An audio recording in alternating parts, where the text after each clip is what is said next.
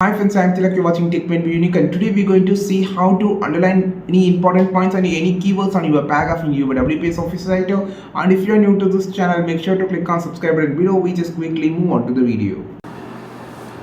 So how to use the underline effect in WPS Office writer is just going to show in this video. So first of all, you just want to select the important line or important text or important word that you want to underline. For an example, I just only select this underline. So while you're selecting the particular line or word, you will have this option, and here the underline option. You can just turn it on or turn it off here, or you can also use this option on the top on the home section here. Just click this, so it turn on the underline. So you can just click on this drop menu. You can find a different type of underline options out here. You can also click on the more underline, which actually have this pop-up, and here you can change the underline color also.